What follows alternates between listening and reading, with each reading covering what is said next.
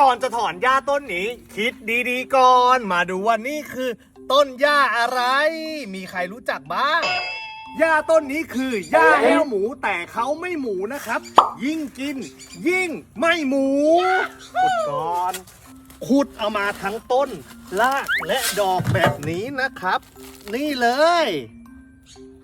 เขาจะมีหัวคล้ายๆหัวเผือกน้อยๆแบบนี้นะครับจะมีรสซ่าติดจะร้อนเผ็ดเก็บมา1 กำมือตัดเป็นท่อนๆแล้วล้างน้ำให้สะอาดตากแดดให้แห้งแล้วนำไปคั่วไฟให้หอมชงเป็นชาดื่มนะครับเขามีสรรพคุณในการลดไขมันลดคอเลสเตอรอลและลดระดับน้ำตาลในเลือดได้นะครับอันนี้มีงานวิจัยนะในทางแพทย์แผนไทยนะครับกระตุ้นธาตุลมบำรุงธาตุไฟนะครับช่วยทำให้ระบบย่อยอาหารทำงานดี และมีส่วนช่วยในการลดนอนได้ด้วยดาราทำวิธีการทำและวิธีการกินไว้เรียบร้อยแล้วไปติดตามชมที่ช่องไพรไทยนะคะของน้องดาราได้เลยไปดูกันเลย